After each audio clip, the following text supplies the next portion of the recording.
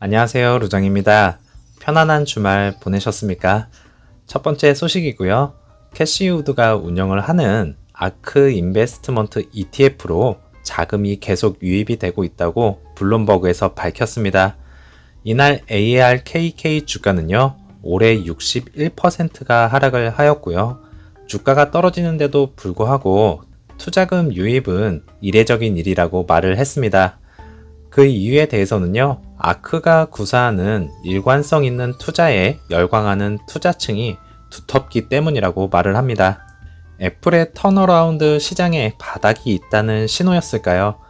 제롬 파월 연준 의장은요, 화요일에 월스트리트 저널 컨퍼런스에서 연설할 예정입니다.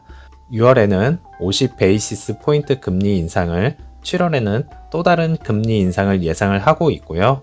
9월에는 세 번째 금리 인상이 될 것으로 보고 있습니다. 지난주에 반등을 시도를 하는 시장에서는요, 이번 주 어떠한 모습을 보일지 중요해졌습니다.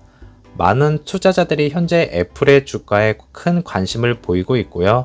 시장에서의 애플의 중요성을 강조를 하고 있었습니다. 오늘장도 애플의 움직임을 유심히 지켜보시면서 이번 주 움직임을 어느 정도는 예측할 수 있을 거라 생각됩니다. 금요일장 루시드는 14%로 상승을 하면서 마감을 하였었습니다.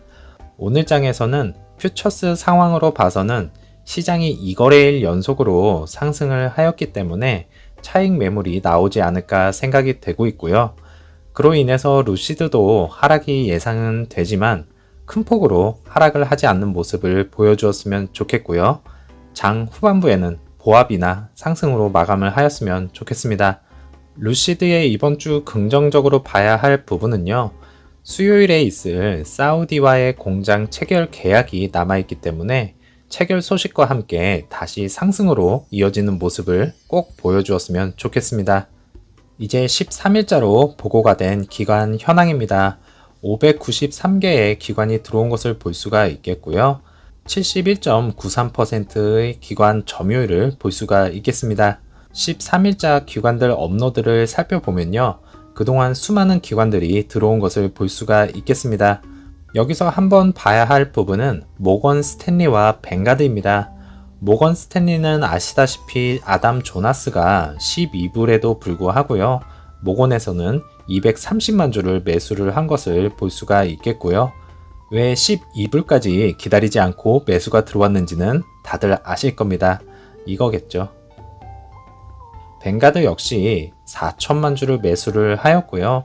블랙록도 마찬가지로 1,500만 주를 매수를 한 것을 볼 수가 있겠습니다. 10불대 라인에서 매수를 한 것이 아니고요. 20불에서 26불 라인에서 매수가 들어온 것을 예상을 하고 있습니다.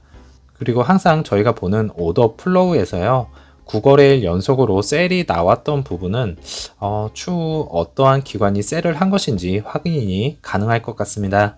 그리고 매도 목록도 보시면 시티그룹에서 12일자로 풋과 콜을 설정을 한 것을 볼 수가 있었고요. 시티그룹의 타겟 프라이스가 갑자기 몇 불이었죠? 생각이 안 나네요. 아무래도 35불이었나요? 이상이었던 것 같은데 이렇게 셀을 한 모습도 좀 포착이 되었습니다. 그리고 한국도로공사에서 버티지 못하고 손절을 하는 모습도 보여주었고요. 프랭클린에서는 상당 부분 셀을 한 모습을 보여주었습니다. 전쟁과 수많은 악재들로 인해서 기관들의 정신없는 모습을 보여주고 있습니다. 기관뿐만이 아니었고요. 저희도 정신없는 시기였습니다. 이제 어느 정도 시장에서의 안정을 찾아간다면 기관들의 점유율 또한 늘어날 것으로 예상이 됩니다.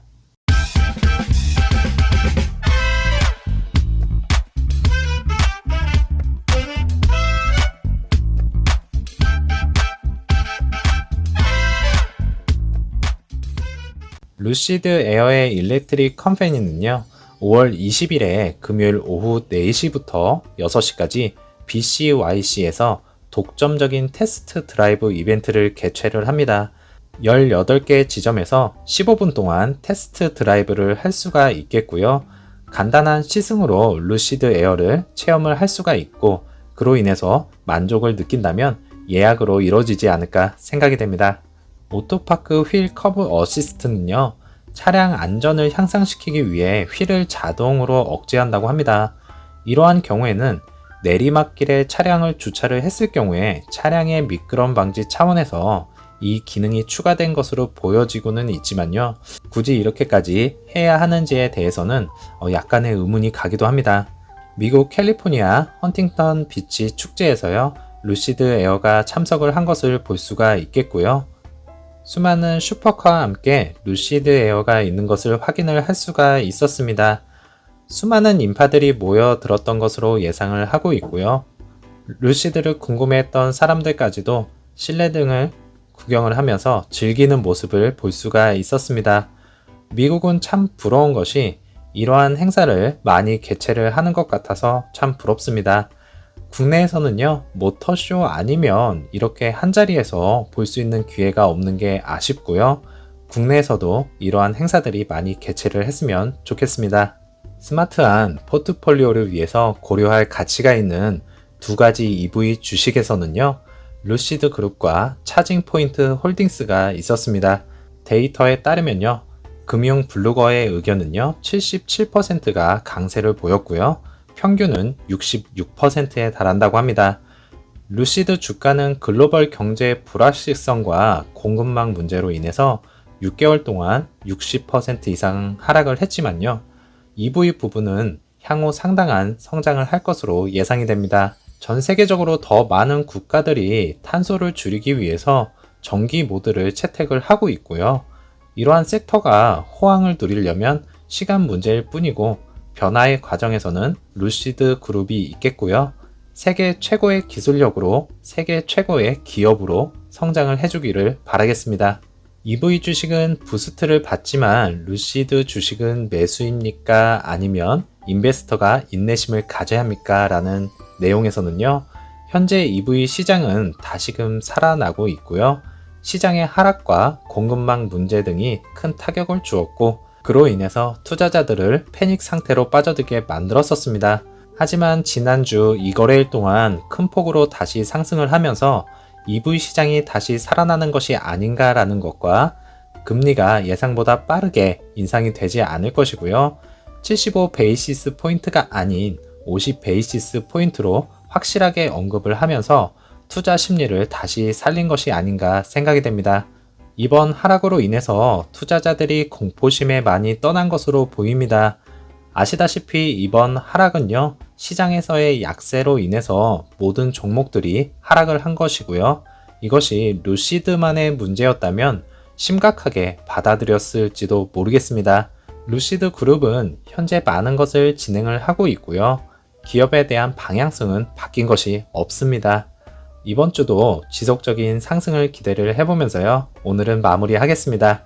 오늘 하루 즐겁게 보내시고요. 오늘 장도 화이팅 하시고 저는 내일 다시 찾아뵙겠습니다. 감사합니다.